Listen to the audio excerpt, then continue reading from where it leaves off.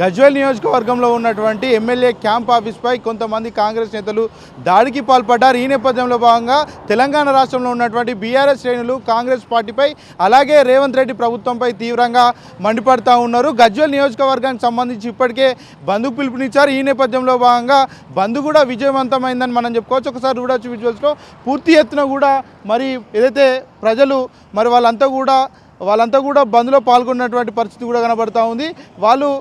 వాళ్ళకి సంబంధించి ఏదైతే షాప్స్ ఉంటే అదేవిధంగా వాళ్ళకి సంబంధించినటువంటి వ్యాపారాలు కూడా పూర్తి మొత్తంలో మరి బంద్ చేసి కూడా వాళ్ళంతా కూడా బంద్లో పాల్గొన్నటువంటి విధానం కూడా మనం ఇక్కడ చాలా స్పష్టంగా చూడొచ్చు. ప్రస్తుతం మనతో పాటు కొంతమంది బీఆర్ఎస్ నేతలు ఉన్నారు, మాట్లాడించే ప్రయత్నం చేద్దాం. చెప్పండి, ఏదైతే కాంగ్రెస్ పార్టీకి చెందినటువంటి నేతలు పెద్ద ఎత్తున కేసీఆర్కి సంబంధించినటువంటి క్యాంపు ఆఫీస్ మీద దాడి చేశారు, దాన్ని మీరు ఎట్లా చూస్తారు, ఏం చెప్పదలుచుకున్నారు? వారు కాంగ్రెస్ పార్టీ నేతలుగా చెప్పుకోవడం కాదు, వాళ్ళు గుండాలు, కాంగ్రెస్ పార్టీలో ఉన్నటువంటి గుండాలు.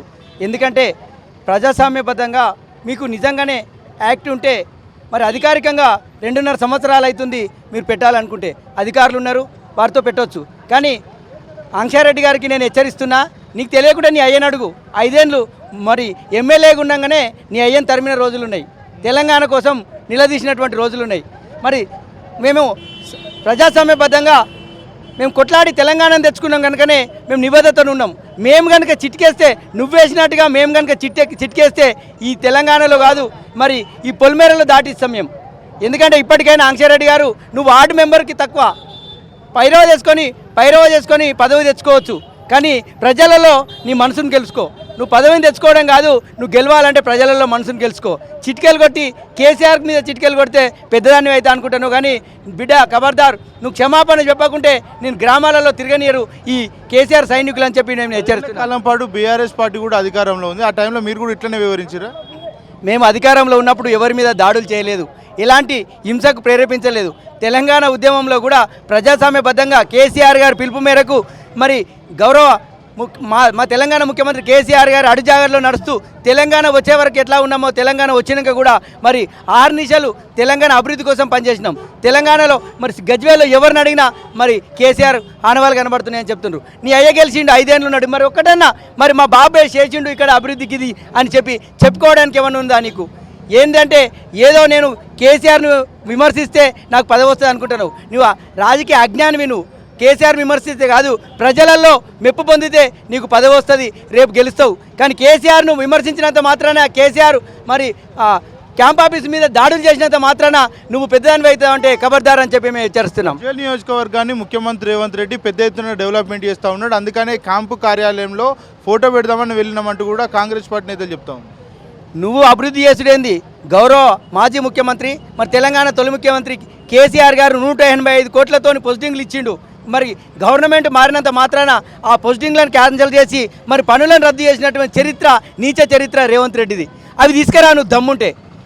గతంలో కేసీఆర్ చేసినటువంటి 4 లైట్ల రోడ్లను, రింగ్ రోడ్లను గుంతలు పడితే తట్టెలు మట్టిపోయలేని మీరు గజ్వేల్కి అభివృద్ధి చేస్తారంటే ఈ ప్రజలు విశ్వసిస్తారని చెప్పి నేను సంక్షేమ పథకాలు పెండింగ్లో ఉన్నాయి, వాటి మీద కాంగ్రెస్ నేతలు ఎక్కడ కూడా అధికార సంబంధించినటువంటి నేతలను అడగట్లేదు, ఎవరిని కూడా అడగట్లేదు, కేవలం ప్రతిపక్ష నేతలను టార్గెట్ చేసి ఈ విధంగా పాల్పడడం ఎట్లా చూస్తారు?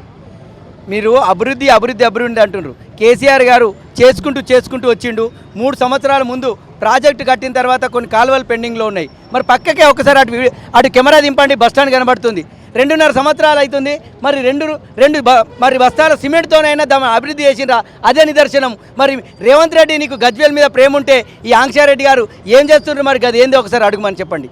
ఎందుకంటే మీ ఎమ్మెల్యేలే చెప్తుండ్రు, మేము ఊర్లలోకి పోలేకపోతున్నాము, మాకు అభివృద్ధికి నిధులు ఇస్తలేడు, మరి మంత్రులు మాత్రమే అభివృద్ధి చేసుకుంటారు, మేము గ్రామాలలోకి పోలేకపోతున్నాం, తలెత్తుకోలేకపోతున్నామని మీ కాంగ్రెస్ నుంచి గెలిచిన ఎమ్మెల్యేలే మొరబెట్టుకోగా మీ ప్రతిపక్షానికి మీరు ఏమిస్తారు అని చెప్పి మేము తెలియజేస్తున్నాం. చిల్లరగాలు చేస్తారు, చిల్లరగాలు చేసే పని అది. రాజకీయం అంటే నువ్వు ఆల్రెడీ ఇలా నీకు రూలింగ్ పార్టీ వచ్చింది, ఇలా నువ్వు ఇక్కడ ఇన్ఛార్జ్ ఉన్నావు. ఆంక్షారెడ్డి అంటే మీ జిల్లా నాయకురాలు, ఇప్పుడు ఆమెకు ఏంది మన సిద్దిపేట జిల్లా అధ్యక్షురాలు ఇచ్చారు, డెవలప్ చేయను. ఇలా ఇప్పుడు మొన్న అసెంబ్లీలో చెప్పే మాత్రం కాదని ఏం పనులు చేస్తారు మీరు? అసలు 6 గ్యారెంటీలు ఎక్కడ పోయినాయి? దాని మీద పెట్టరు దృష్టి. కానీ క్యాంప్ ఆఫీసుల మీద దృష్టి పెట్టి క్యాంప్ ఆఫీసుల మీద రౌడీజం చేస్తే ఎవరు ఊరుకోరు. ఇక్కడ కేసీఆర్ సైన్యం అనేది 2 లక్షల మంది ఉన్నారు. మీలను ఎక్కడ రోడ్ల మీద తిరగనియరు. మీలను ఈ బరిదగించిన మాటలు మాట్లాడుకుంటా చిటికలు కొట్టుకుంటా ఇవన్నీ నడవై. ఎప్పుడు కానీ కేసీఆర్ ఇలా తెలంగాణ తెచ్చిన నాయకుడు, తెలంగాణ జాతిపిత. ఇలా తెలంగాణ రాకముందు ఎట్లుండే, మరి తెలంగాణకు వచ్చినాక ఎట్లయింది, మరి మీరు రూలింగ్కి వచ్చినాక ఇప్పుడు 2 సంవత్సరాలు గడిచింది, మరి ఏం చేసిరు? 6 గంటలు ఎక్కడ పోయినాయి? అవన్నీ బంద్ చేసి ఒకటే పేపర్లల్లా టీవీలల్లా ముఖాలు కనిపించాలని చెప్పి అట్లా కూడా మీరు ఏడా కనిపిస్తలేరు. అట్లని మీరు చేస్తారు. దీన్ని మాత్రం ఎవ్వరు ఖండిస్తారు. 10 ఏళ్ల కాలం పాటు బీఆర్ఎస్ పార్టీ కూడా అధికారంలో ఉంది. అలాంటి టైంలో ఏమన్నా మీరు ఇలాంటి ఘాతకాలకు పాటుపడ్డారు అనుకోవచ్చా? ఎక్కడ పాటుపాలే. కేసీఆర్ అనే వ్యక్తి రైతుల మీద దృష్టి పెట్టిండు, పేదల మీద దృష్టి పెట్టిండు, ఇలా బీసీల మీద దృష్టి పెట్టిండు. బీసీ బంధు కానీ రైతు బంధు కానీ ఎన్ని సంక్షేమ పథకాలు తెచ్చిండు కేసీఆర్ను ఎప్పుడు కానీ ప్రజలు గుండెలో పెట్టుకుంటారు. అలాంటి నాయకుడు దొరకడిగా అట్లా చూస్తారు. కానీ అనవసరం చిల్లర రాజకీయాలు చేస్తే ఎవరు ఊరుకోరు. మీరు దృష్టి పెట్టండి. ఇలా మరి రైతు బంధు 6,000 వేసినా ఊకున్నావు, రైతు బంధు వేపిరి, దాని మీద పెట్టరు దృష్టి. ఎవరిదంటారు? ఇలా కళ్యాణ లక్ష్మి చెప్పినావు, 2,500 ఇస్తాను ప్రతి ఒక్క మహిళకు. ఈ తులం బంగారం ఇస్తాను, తులం లేదు, లక్ష లేదు. అవిటి మీద దృష్టిలు ఇచ్చిపెట్టి ఏదో మాట్లాడి ఏదో చేసి ఇలా కేసీఆర్ ఏదో మేము చేసినాం, మేము రౌడీజం చేస్తే ఎవడు ఊరుకోరు, ఖబర్దార్ అని చెప్తున్నాం. ప్రభుత్వం పెద్ద ఎత్తున గజ్వేల్ నియోజకవర్గాన్ని డెవలప్మెంట్ చేస్తూ ఉంది. కేసీఆర్ ప్రజలకు అందుబాటులో ఉండట్లేదు. అందుకనే కేసీఆర్కి సంబంధించినటువంటి క్యాంపు కార్యాలయం ఖచ్చితంగా అల్ల నుంచి బయటికి వెళ్ళిపోవాలంటూ కూడా చెప్తున్నటువంటి పరిస్థితి కనబడతాం. ఇప్పుడు మనకు ఒక రోగం వస్తుంది, డబ్బు కావాలి, హాస్పిటల్ పోవాలంటే డబ్బు ఇంటి ముందు లక్షలు పెట్టుకొని ఇయ్యడు. ఆడ ఢిల్లీలో ఉన్నా సరే ఫోన్పే చేస్తారు. అటువంటి నాయకుడు మా కేసీఆర్. ఎక్కడ ఉంటుందా? ఇలా కేసీఆర్ అంటే డెవలప్ చేస్తుండు. కేసీఆర్ అంటే రాష్ట్రాన్ని డెవలప్ చేసిండు. రాష్ట్రం జాతిపిత అయినా ఇలా తెలంగాణ మాకు కనిపిస్తలేడు. ఎందుకు కనిపిస్తలేడు? నీకు కావన్నా? నీకేం కావాలి? డెవలప్ కావాలి. ప్రజలకు ఏమి ఇబ్బందులు ఉన్నాయి, ప్రజలు ఎక్కడ అని గద్దూడాలి. కానీ కేసీఆర్ ఆడున్నాడు ఈడున్నాడు. కేసీఆర్ ఏమిటో నీకేమి? కేసీఆర్ నీకు ఏం పని? గజ్వేల్ ఎట్లుంది ఒకప్పుడు, ఇప్పుడు గజ్వేల్ ఎట్లయింది? అది దృష్టిలో మీరు ఒక మరి గమనించండి. కాంగ్రెస్ గుండాలు కొంతమంది వచ్చి బలవంతంగా అద్దాలు పగలగొట్టి ముఖ్యమంత్రి రేవంత్ రెడ్డి గారి ఫోటో పెట్టడం జరిగింది. ఫోటో పెట్టాలంటే ప్రజల్లో పనులు చేసి ప్రజల గుండాల్లో నిలవాలి తప్ప ఇలా బలవంతంగా ఎమ్మెల్యేల క్యాంపు కార్యాలయాలకు చొరబడి ఫోటోలు పెట్టడం ఇదైతే సరైనది కాదు. కేసీఆర్ గారి మీద గజ్వేల్ స్థానిక నాయకులు కొందరు, వారి పేరు కూడా మేము వారికి వయసు లేదు, రాజకీయ అనుభవం లేదు, వాళ్ళకి ఎలా ఈ జిల్లా పార్టీ బాధ్యత ఇచ్చిరో మాకు కూడా అర్థం కావడం లేదు. ఏదో పెద్ద నాయకులను తిరిగితే మాకు మీడియాలో కొంత స్పేస్ దొరుకుతుంది, ఆ స్పేస్ ద్వారా మేము కూడా లీడర్లం నాయకులం కావచ్చు అనే ఆలోచనతో ఇక్కడ నాయకులు వివరిస్తున్నారు. మీరు నాయకులు కావాలంటే ప్రజలకు సేవ చేయండి. ప్రజలకు సేవ చేస్తే నాయకులు అవుతారు, నిత్యం ప్రజల్లో ఉంటే నాయకులు అవుతారు. అంతే తప్ప మనకంటే పెద్ద నాయకులను, మనకంటే ఉన్నతమైన స్థానంలో ఉన్న వాళ్ళను నిందించినంత మాత్రాన, మనకంటే ఉన్నతమైన స్థానాల్లో ఉన్న వారిపై చిటికెలు వేసినంత మాత్రాన మీరు పెద్ద నాయకులు కాలేరు, కాజాలరు కూడా. ఇక్కడ గజ్వేల్ నియోజకవర్గంలో కేసీఆర్ గారు అంటే కేసీఆర్ గారు గజ్వేల్ నియోజకవర్గాన్ని ఒక 50 సంవత్సరాల ముందరికి తీసుకెళ్లిన నాయకుడు కేసీఆర్ గారు.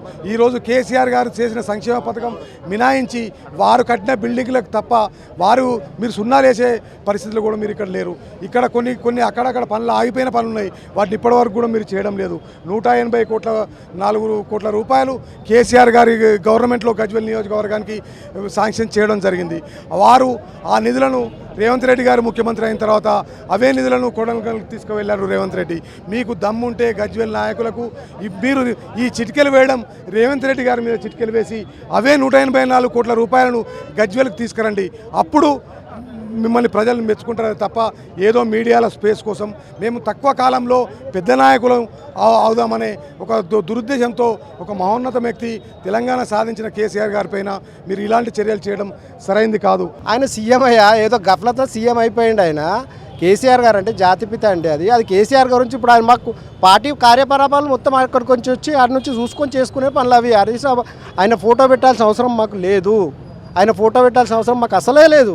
ఎందుకు పెడతాం ఆయన ఫోటో? మేము ఆయన ఫోటో పెట్టుకోవాలంటే వాళ్ళ ఆఫీసులో పెట్టుకోవాలి. మన సార్ ఆఫీస్ ఇది. మాకు సీఎం ఇక్కడ, మా ఎమ్మెల్యే గారు కూడా ఇక్కడనే కదండి, మాది ఎమ్మెల్యే క్యాంప్ ఆఫీస్. అది కాంగ్రెస్ సర్కార్ నియోజకవర్గాన్ని పెద్ద ఎత్తున డెవలప్మెంట్ చేస్తుంది కాబట్టి ముఖ్యమంత్రి రేవంత్ రెడ్డి ఫోటో క్యాంప్ కార్యాలయంలో పెట్టాల్సిందే అంటూ కూడా చెప్తా ఉన్నారు. ఎక్కడ డెవలప్ చేసిరండి?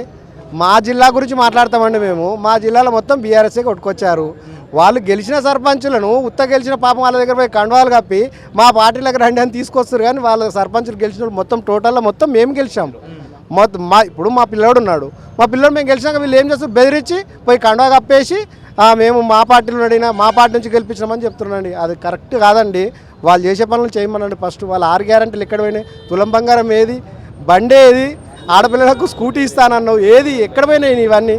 ఇంతవరకు కళ్యాణ లక్ష్మి అండి 2 సంవత్సరాలు అయితే పెట్టుకొని ఇంతవరకు కళ్యాణ లక్ష్మి వస్తలేదండి.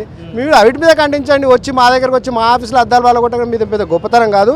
ఇవన్నీ ప్రజలు చూస్తున్నారు, తీవ్రంగా ఖండిస్తున్నాం. దాని గురించి కూడా మేము ప్రజలకు, నియోజకవర్గ ప్రజలకు అందుబాటులో ఉండట్లేదు. ఆయన కాంపు కార్యాలయం ఎందుకంటూ కూడా కొంతమంది కాంగ్రెస్ నేతలు కామెంట్ చేస్తూ ఉన్నారు.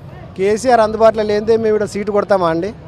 ఇప్పుడు మొన్న మాది చైర్మన్ పదవి ఓలు కొట్టారండి, మున్సిపల్ చైర్మన్ మేమే కదా చేసినాం. కేసీఆర్ సార్ లేనిదే ఇవన్నీ అవుతున్నాయా అండి? ప్రజలకు తెలుసు కేసీఆర్ సార్ అందుబాటులో ఉన్నాడా లేడా. కాంగ్రెస్ వాళ్ళు చెప్పొద్దు మాకు, వాళ్ళు ఏదో గఫలతలో అయిపోయారు. కానీ వాళ్ళకి ముందుంది ముసుళ్ళ పండగ, నెక్స్ట్ మాదే వస్తుంది. వచ్చినప్పుడు మేము కూడా రెడ్ బుక్ ప్రతిచర్య ఉంటుందంటారా? తప్పకుండా ఉంటుంది. మేము కూడా రెడ్ బుక్ మెయింటైన్ చేస్తున్నాము. ఎవరెవరు ఏమేమి చేస్తారో అన్నీ రాసుకుంటున్నాము, అవన్నీ చేస్తాము. వాళ్ళు కూడా పోలీసు వాళ్ళు పాపం వాళ్ళని బెదిరిస్తున్నారు, పోలీసు వాళ్ళు మాకు సహకరిస్తున్నారు. వాళ్ళు కూడా కాకపోతే రూలింగ్ పార్టీ కదండి, వాళ్ళది రూలింగ్ పార్టీ ఉన్నది కాబట్టి వాళ్ళకి సహకరిస్తారు. లేదంటే వాళ్ళని అవి ఇవి చేస్తారు కానీ వాళ్ళు భయపడుతున్నారు.